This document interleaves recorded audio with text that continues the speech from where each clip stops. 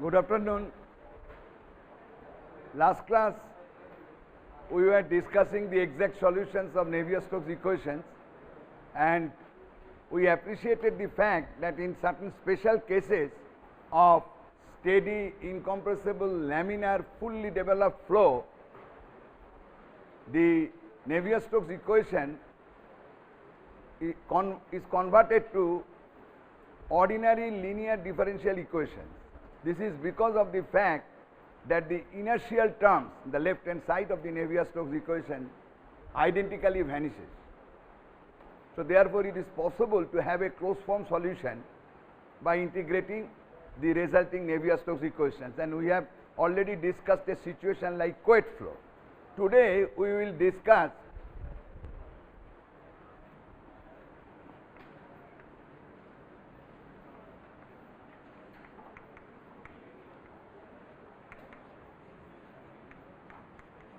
plain Poiseuille flow. We will discuss, and it is very simple when we have discussed the Couette flow, so it will automatically come. The plain Poiseuille flow, first of all we have to define what is plain Poiseuille flow. This is the name of a scientist, is a great person in fluid mechanics.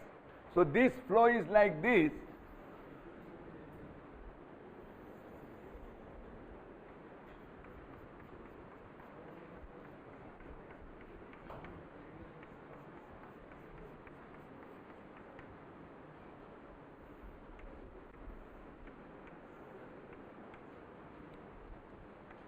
This is again a steady, incompressible, laminar, fully developed flow between two plates which are stationary. That means two fixed plates.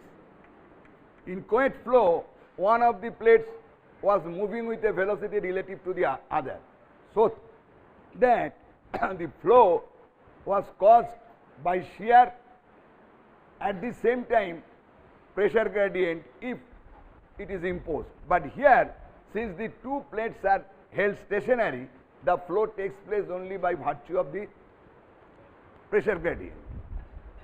So in this case, if we remember that if we take the axis like this, this is our x, this is our y. Now, since by geometry of the flow, this is symmetrical with respect to the central line, because the two plates are at rest, the identical kinematic boundary conditions.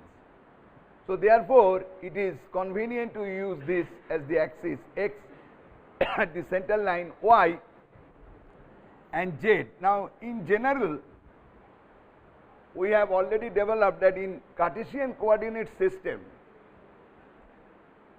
for these situations of exact solutions, our Navier-Stokes equation becomes d square u dy square. This already we appreciated, 1 by mu dp dx.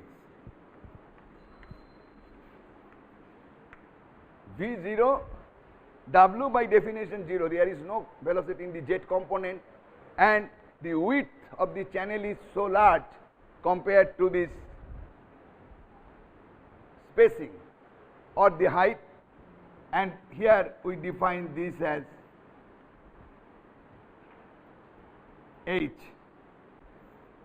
total spacing, that the change of any parameter with respect to z is negligible compared to x and y. So with all these assumptions, we have found that u is a function of y only and p is a function of x only, and this is the equation resulting from the x direction Navier-Stokes equation. And since p is a function of x and u is a function of y, they are constant. All these things were derived the last class, and if we integrate it, we get du dy is 1 by mu dp dx y. All these things we did earlier, plus c1, and the next one is that u is equal to 1 by 2 mu dp dx y square plus c1 y plus c2. So therefore, any such situation of steady laminar fully developed incompressible flow. This is a common equation with respect to a Cartesian coordinate system in general. So, C1, C2 will change according to the definition of flow by its geometry.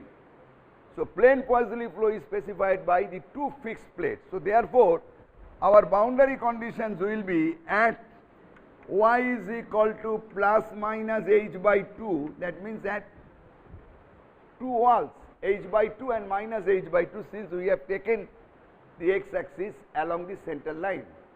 Clear? No slip condition demands u is equal to 0.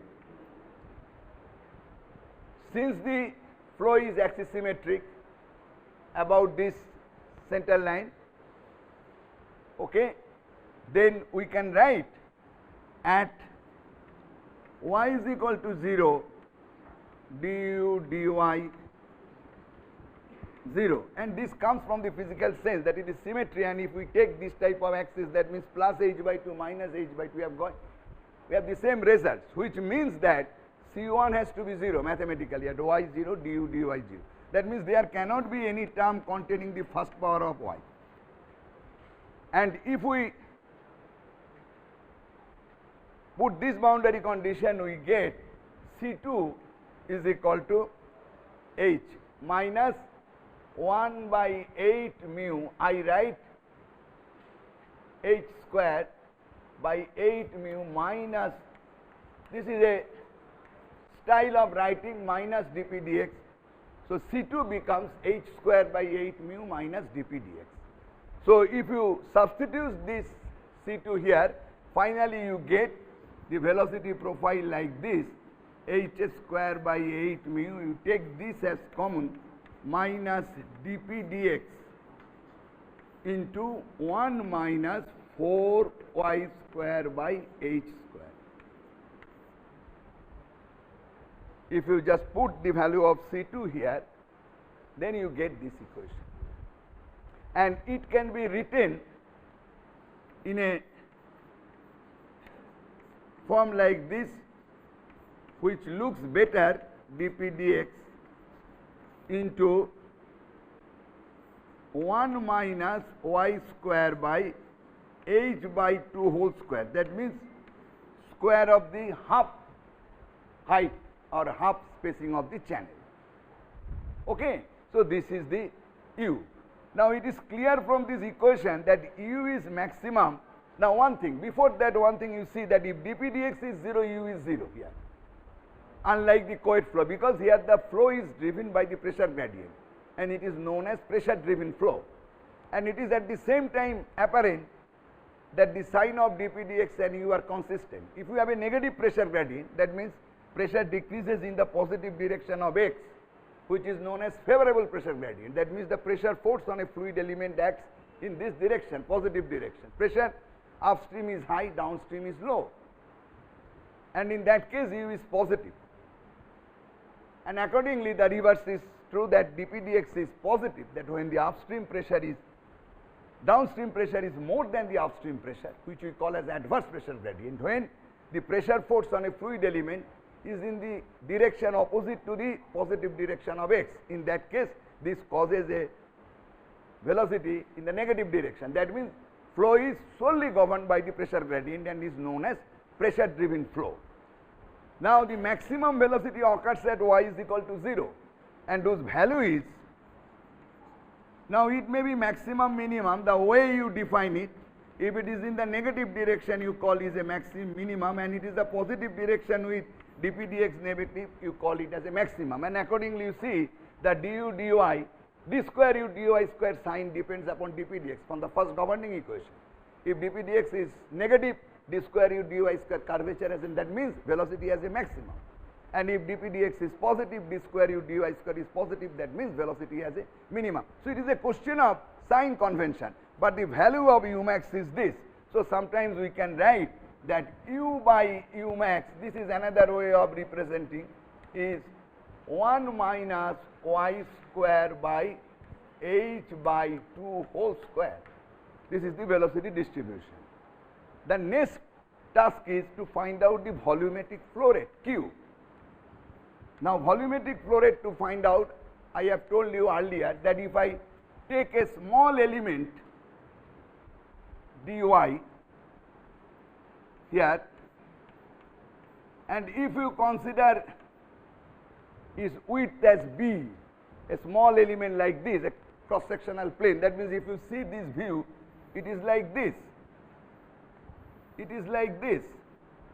This is dy and this is b. That means if we consider a small element of height dy and width b, then through that the flow rate is u into b dy. That means the value of u prevailing at that particular y, at that particular y, at that particular y, at that particular y, at that particular y. Now, if you put this expression of u there, and if you integrate to minus h by 2 to h by 2, that means across the channel height, then you get a relationship like this, that is h cube by 12 mu h cube b by 12 mu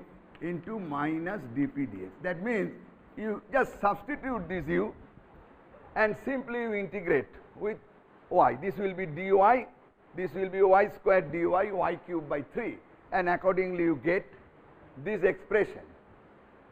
Now, here one thing I like to mention very much, which is not written in any book. I do not know that whether how many books have written it.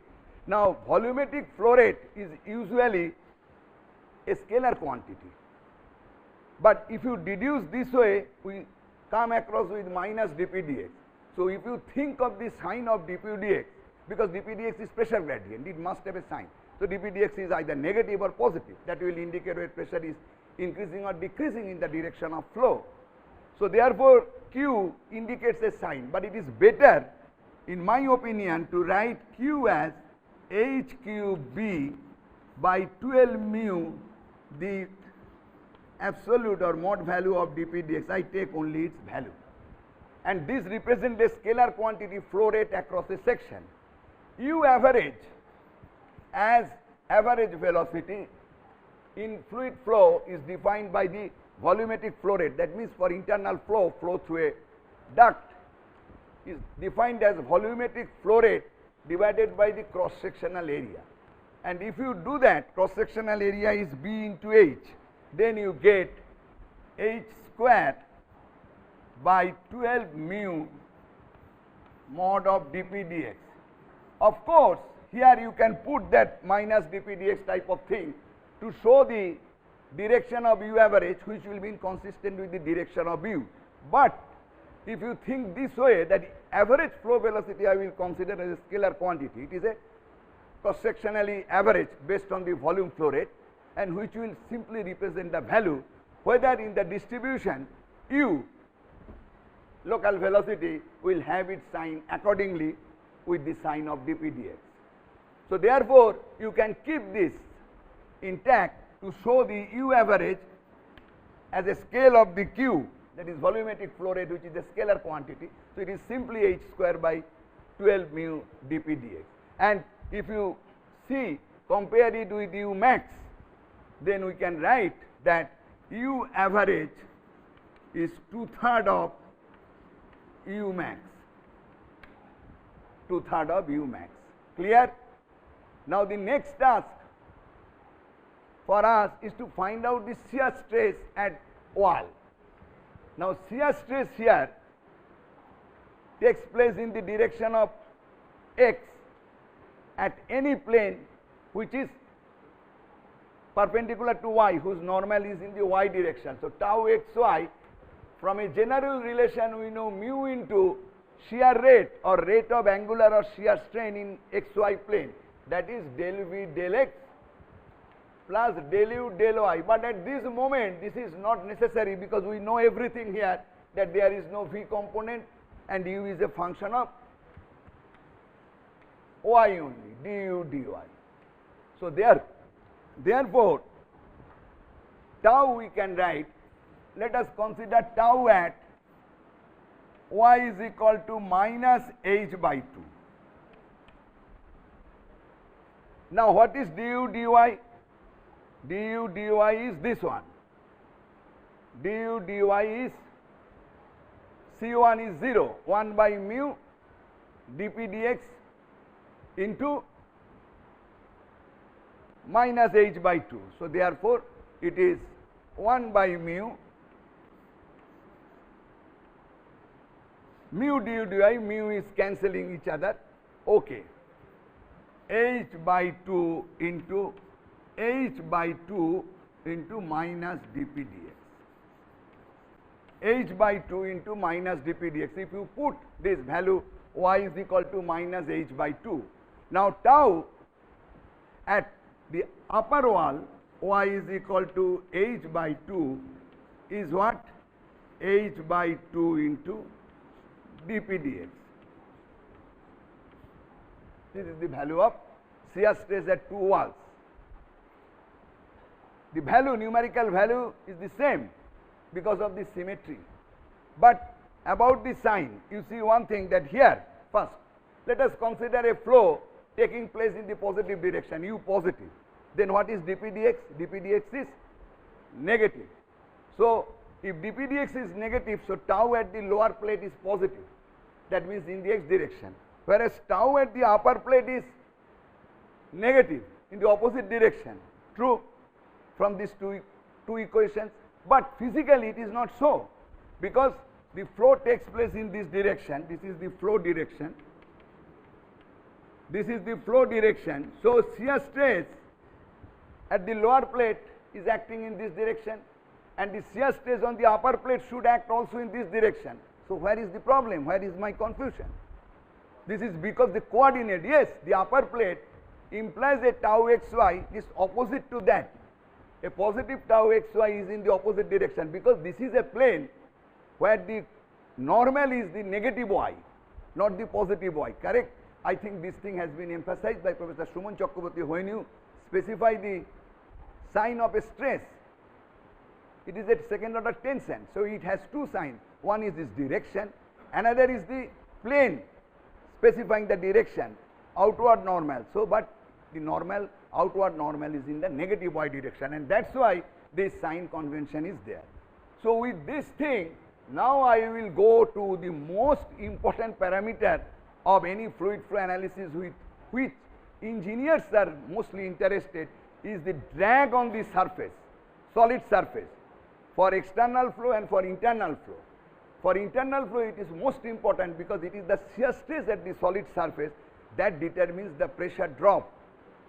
That already you have learned your basic fluid mechanics class. So therefore shear stress at the solid surface is very important, and this defines a scalar quantity known as coefficient of friction. Coefficient of friction, CF. I have already told earlier, probably in one occasion, that it is defined like this: half rho u average square. I already defined it earlier so far, if I recall, that a friction coefficient in case of internal flow and drag coefficient in case of external flow is the representation of dimensionless wall shear stress or plate shear stress, surface shear stress, which is defined as the shear stress, its absolute value, because this is a scalar quantity divided by the dynamic head based on the reference velocity, which is u average in the present case. Present case means the internal flow, it is the average velocity. For an external flow, it is the free stream velocity. Now if we find out this one, then you get tau w is equal to h by 2 dp dx. Now if you substitute the dp dx from the average velocity, if you substitute dp dx mod from the average velocity, then you get 12 mu average velocity. It is equal to h by 2 into dp dx, that means 12 mu by h square, 12 mu by h square into U average. This is the, and if you substitute this, H will cancel and substitute this, you get an expression 12 by Reynolds number, where this Reynolds number is represented as rho U average H by mean. In any internal flow, the Reynolds number is defined based on the average velocity and hydraulic diameter, which in this case is the height between the plates. And this CF is known as Fanning's friction factor. Fanning, Fanning friction factor. Fanning friction factor. This is all about the plain Poiseuille flow. So it is very simple up to this. This is common. This is a generic equation, C1y plus C2. From there, the geometry of the flow will allow. That means after this, what happens is simply the algebra. There is no fluid mechanics, and you have to understand the sign conventions according to the algebra. Okay, clear? Now we will discuss another situation of exact solution, which is more important than plain Poiseuille and Couette flow in engineering practice, is Hagen-Poiseuille flow. Is Hagen-Poiseuille flow. Incidentally, these two are the name of the two scientists, Hagen and Poiseuille, like Bose and Einstein, Bose-Einstein theory. Bose-Einstein is not a same person, two persons. So that people know since his birth, since his or her birth. But this is fluid mechanics. Without thermofluids people do not know. Hagen and Poiseuille, they are very famous top personalities in the field. What is a Hagen-Poiseuille flow? Again, I am telling you, it is a steady, incompressible, laminar, fully developed flow through a cylindrical duct, through a tube, through a pipe. That's why it is very common in engineering practice. That means in a duct with a uniform circular cross section throughout. But the flow is fully developed. The growth of boundary layer from the surface merges at the axis, and steady, laminar, incompressible. But the geometry is that it is a circular tube. That means it is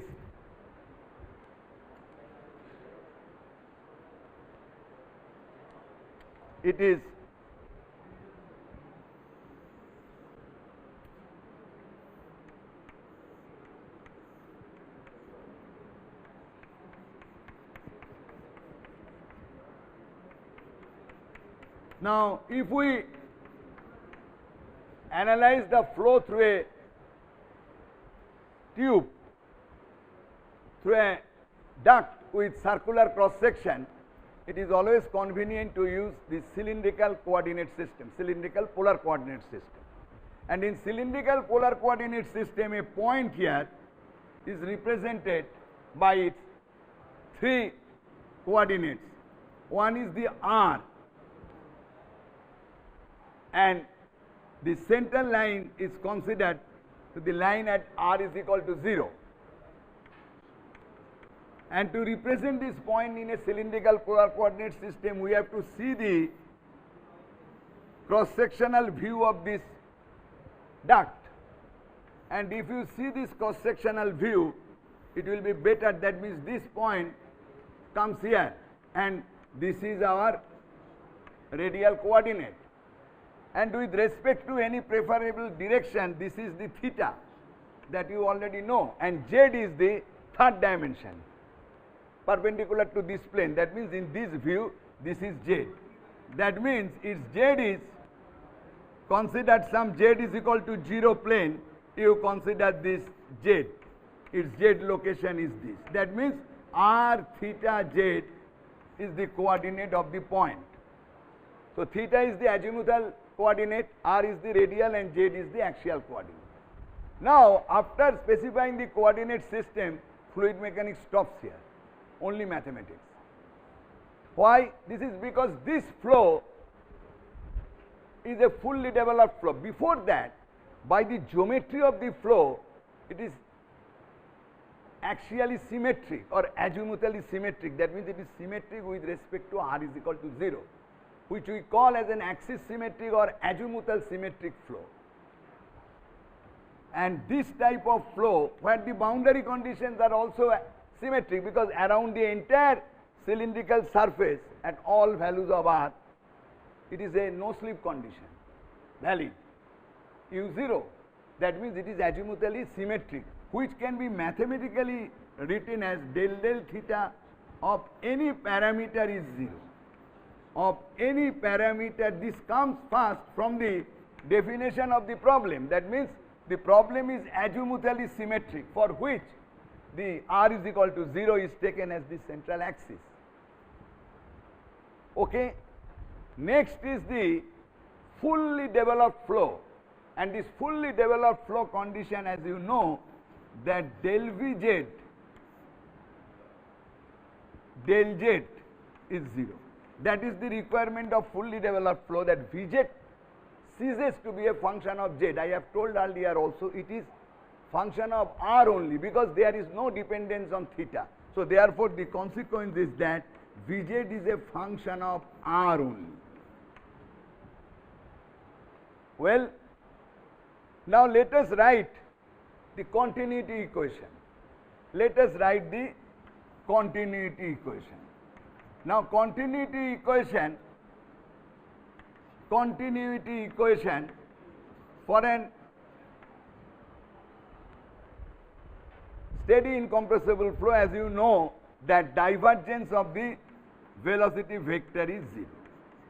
And in a cylindrical coordinate system, I write the divergence is, as you know, is del del r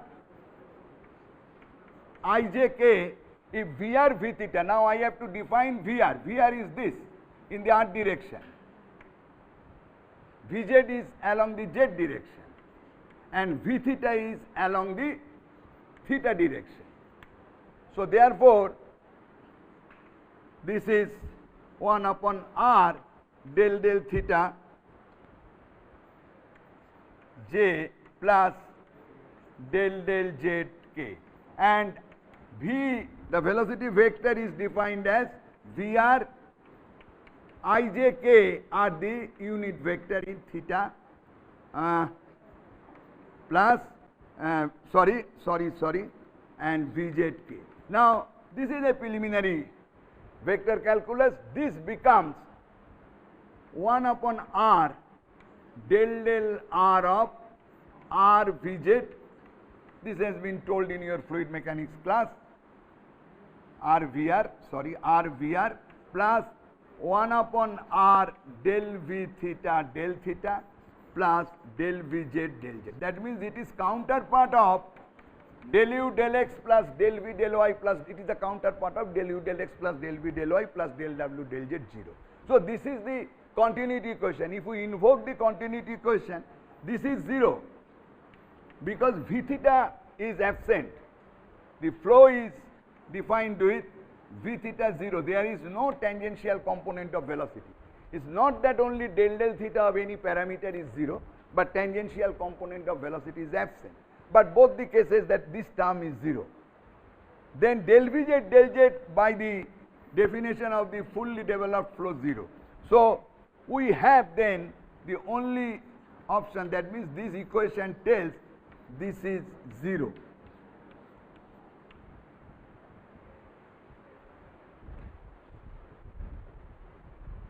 Okay, which means that del del r of RVR is 0, which means that, what is that meaning? That RVR, no, just a minute, del del r of RVR, exactly, that means RVR is 0.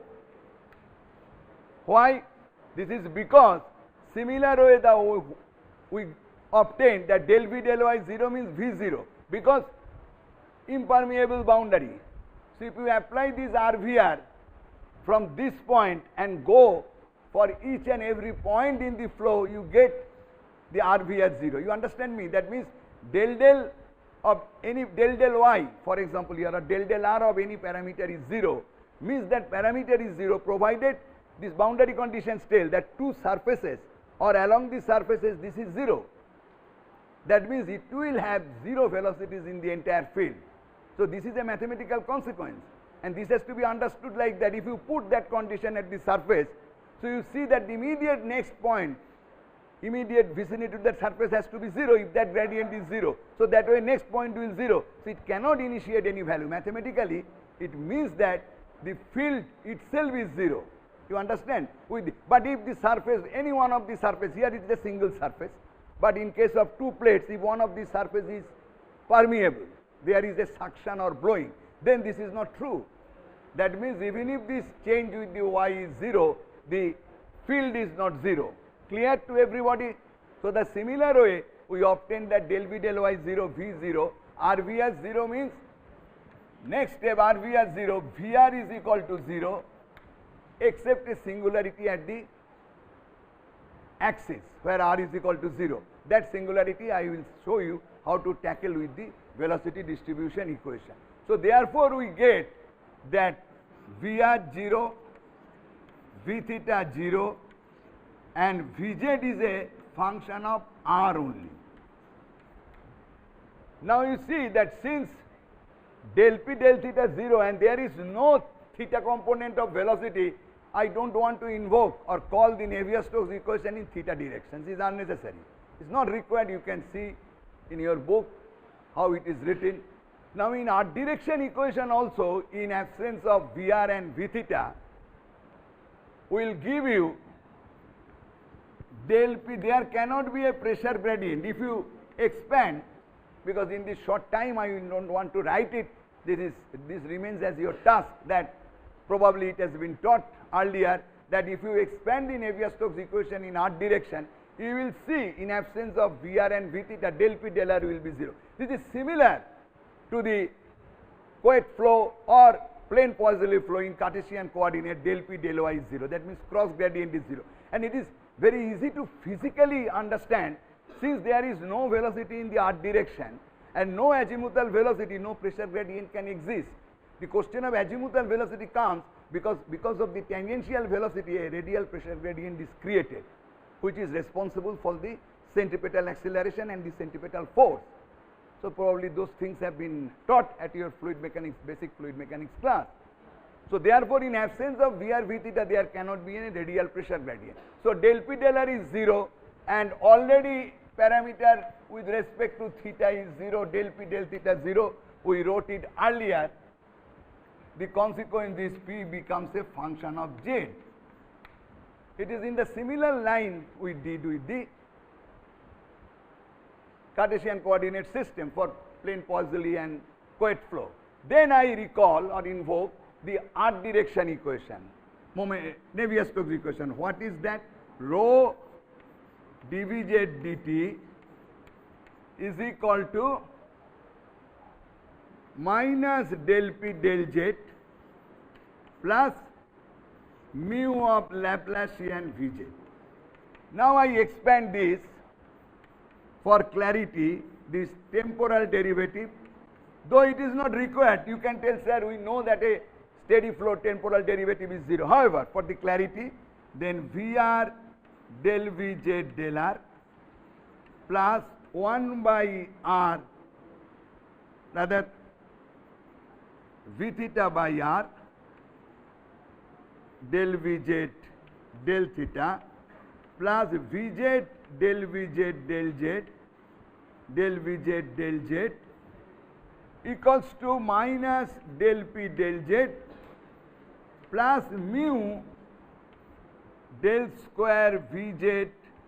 Now if we split this, I think it is better to write in a compact form like this. This again, if you follow the vector algebra with this notation of del in the cylindrical coordinate system, it is again the vector algebra that del del r 1 by r, sorry, 1 by r, if you write, it is mathematics only, del del r, r del Vz del r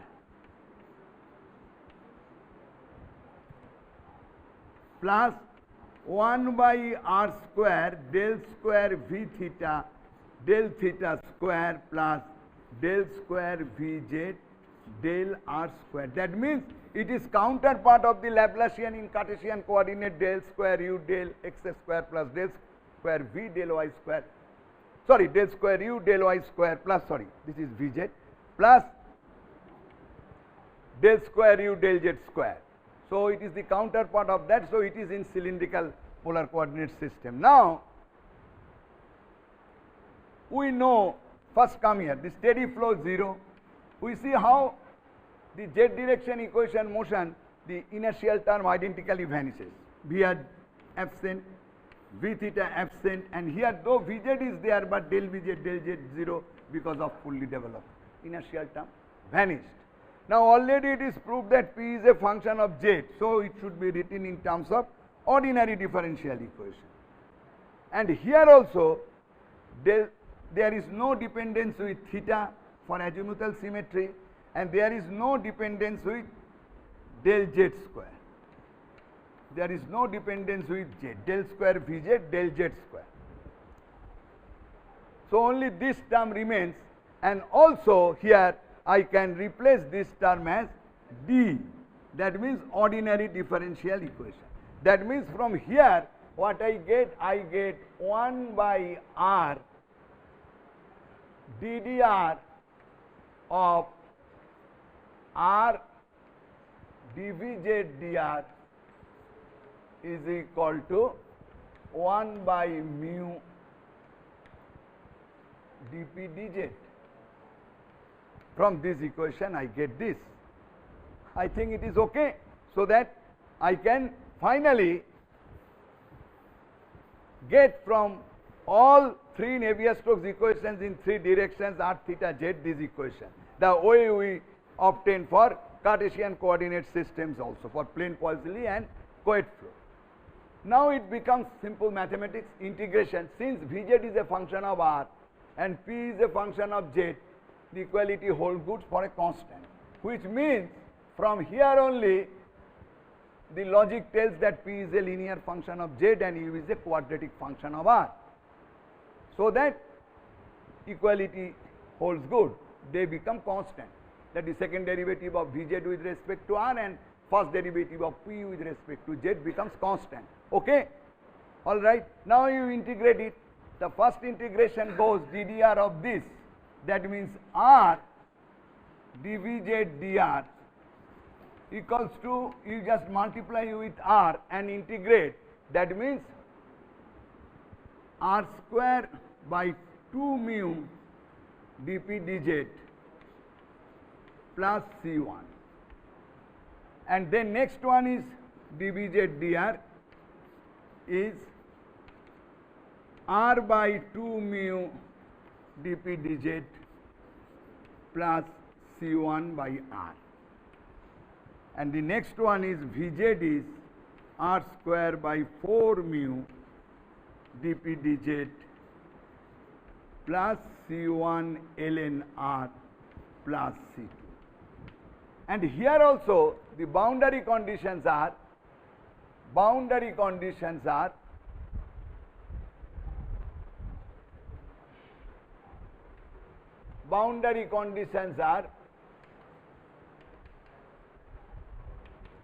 at r is equal to r, Vz 0.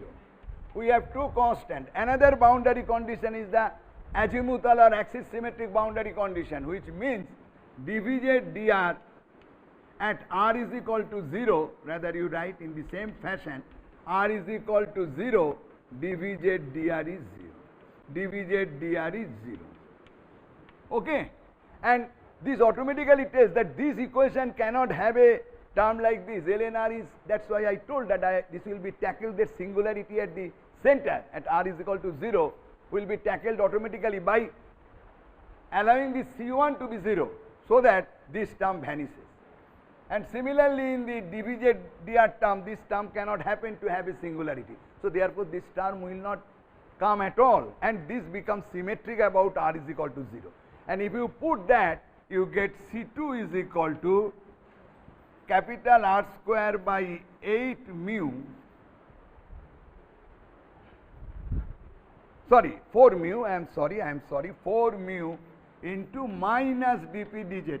This is my technique of writing always, minus dp dz, to show that plus minus should be associated with dp dz, to have an understanding with the favorable and the adverse pressure gradient depending upon the situations. Okay. Now, after this, our routine task is like this. We find out the maximum velocity. The maximum velocity at r is equal to 0, obviously, and that is equal to r square. Oh, I have not yet written this Vz. Then if you substitute this C2 here, then you get Vz r square is similar to Poiseuille thing, 4 mu into minus dp dz into 1 minus r square by r square. The remaining part at school level thing, that Vz maximum, that is Vz at r is equal to 0, that is r square by 8 mu into minus dp dz, 4 mu into minus dp. Why I am writing 8 mu? 4 mu into minus dp. So one can express Vz by Vz max as 1 minus r square by r square. So therefore, the Poiseuille flow like this. Similar is the Poiseuille flow. This is the distribution of velocity for various pressure gradients. So minus dp dz. So therefore, flow is purely driven by the pressure gradient, pressure driven flow, where dp dz is negative, flow is positive, dp dz is positive, flow is negative. That means in the opposite direction. Next task is what? Next task is tau w, which is tau rz. First of all, let us write tau.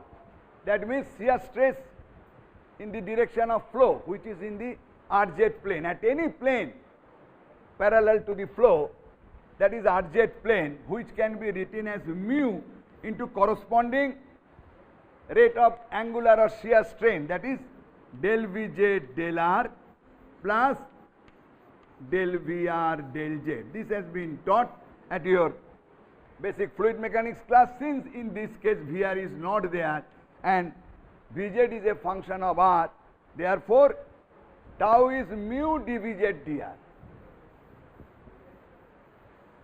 Well, therefore tau is mu dVz dr. Tau is mu dVz dr. So therefore tau rz in this case is mu dVz dr.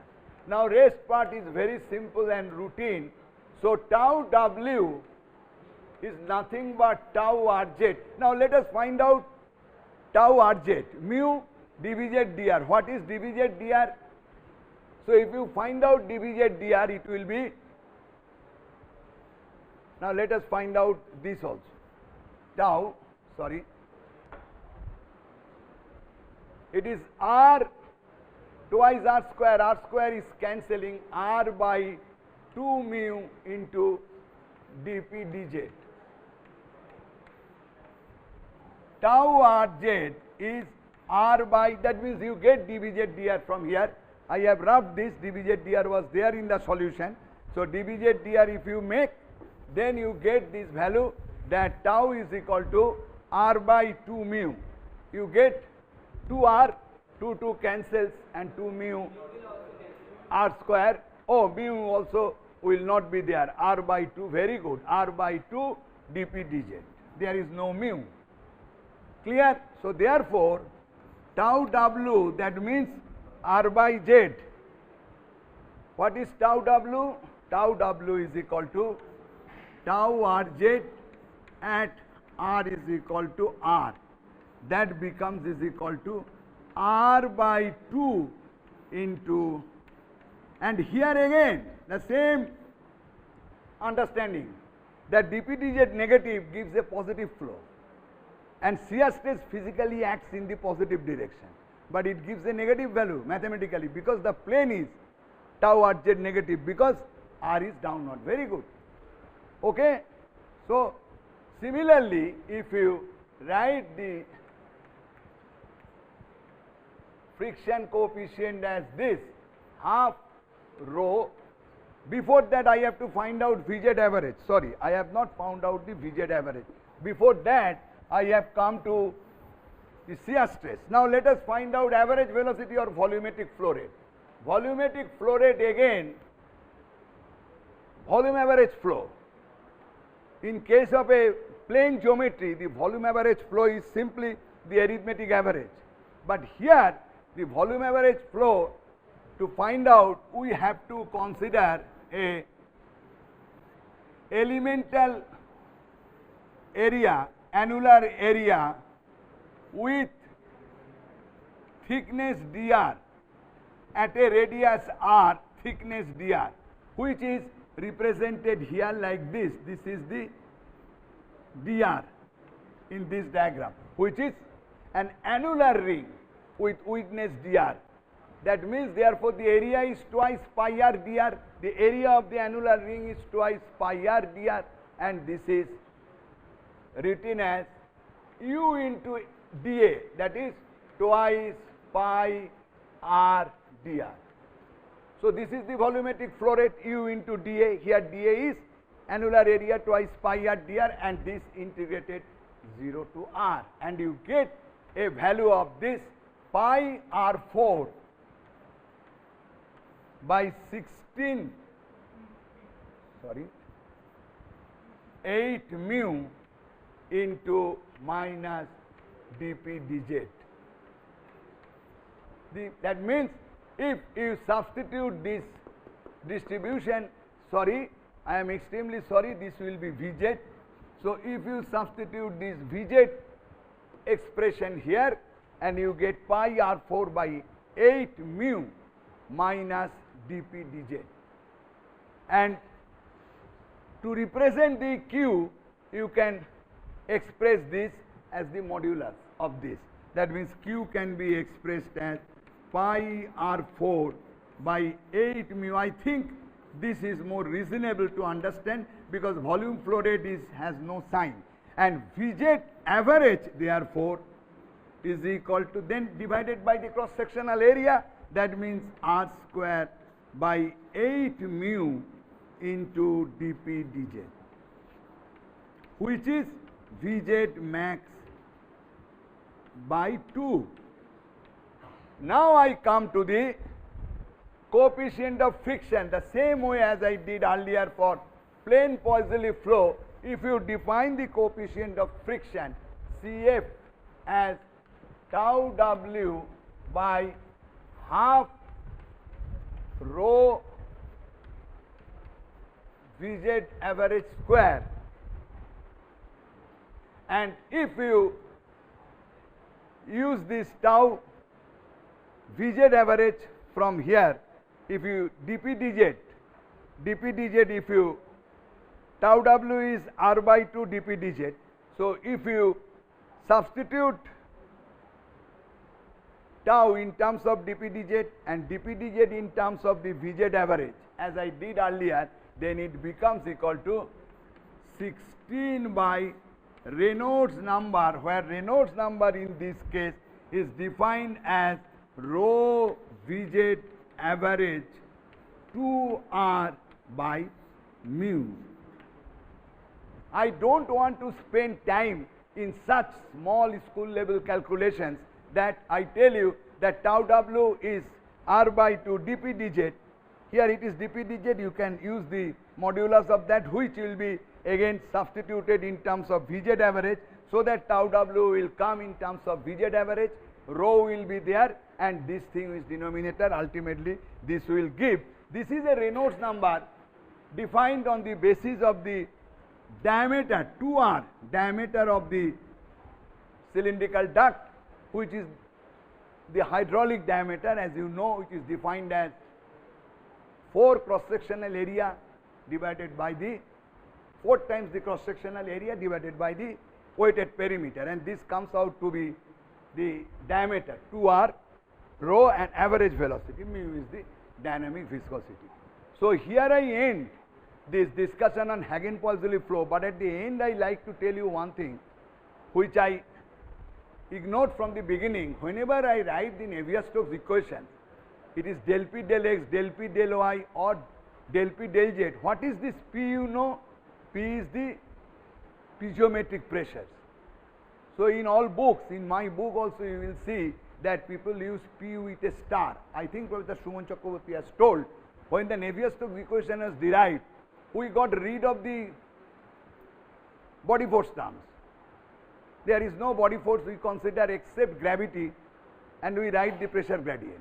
But gravity as the body force we can never neglect. We may neglect other body forces which are otherwise not imposed. Some electric field, some magnetic field may not be imposed on it, but gravity is there. So gravity we never write as a body force. For example, in a vertical flow, in a vertical direction, y direction equation, the gravity will come.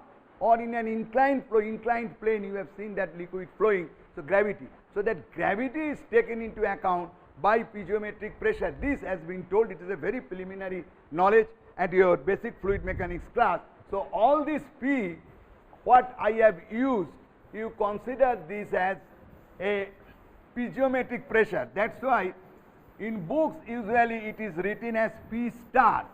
You will see in many books it is written, and in my book also P star. So the pressure here which I write in the Navier-Stokes equations, for example, if I write the Navier-Stokes equation, for example, just this is for your concept, forget that exact solution is over, that when the Navier-Stokes equation is written, let us write in a very compact vector form, minus grad of P, P star. Actually here we will not use star, we will read P as the piezometric pressure, plus mu, forget about the next term, mu by 3 grad of, that is not required, mu by 3 grad of del dot P. This is term for the compressibility. If incompressible flow, this is 0. But this P star is known as piezometric pressure. What is this piezometric pressure? I think you know, it takes care of the static pressure plus the gravity equivalent pressure, not H, Z, where Z is coordinate in the direction of gravity, it is elevation or whatever you can from a reference datum.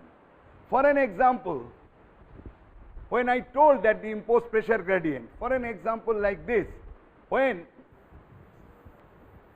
this type of problem you have done earlier, just for your concept I tell you, for an example, if there is a inclined plane and a liquid film is flowing, and this plane is inclined by an angle theta. So if you take a fluid element, now pressure here is all atmospheric at this and this, if this is section 1 and this is section 2, P1 minus P2 is 0. So then what causing the flow is the gravity. That means the component of its weight in this direction. And that is the difference of the piezometric pressure force. That means in that case the piezometric pressure difference, P star at 1 minus P star at 2 will be rho g Z1 minus Z2. And that time area, if you multiply here cross sectional area, you get the effective gravity. That means if you define a cross sectional area A, and if you define here this is Z1, and if you define here this is Z2, then you will get this equation.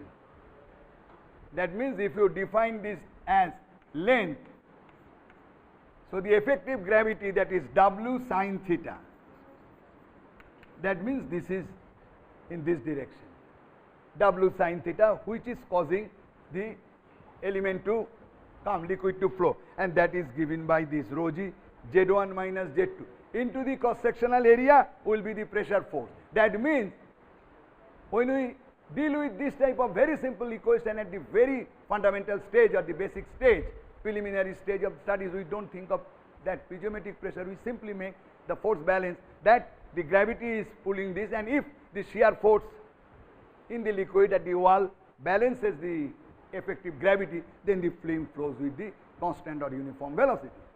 So therefore, this gravity is taken in terms of a piezometric pressure, where rho g z, the gravity equivalent pressure, is there. So therefore, all these Navier-Stokes equations, without any imposed body force from outside, implies the pressure as the piezometric pressure. When we deal with flows in horizontal plane, then the delta P is equal to delta P star. That means the difference of piezometric pressure and difference static pressure is same. So therefore, we can read it as simply static pressure. Okay. So any question? All right. So next class we will start the boundary layer theory, a brief introduction of the boundary layer theory, recapitulation rather. Many of you have already read it earlier in your fluid mechanics class, and that will be taken by Professor Sumon Chakraborty. Okay, thank you.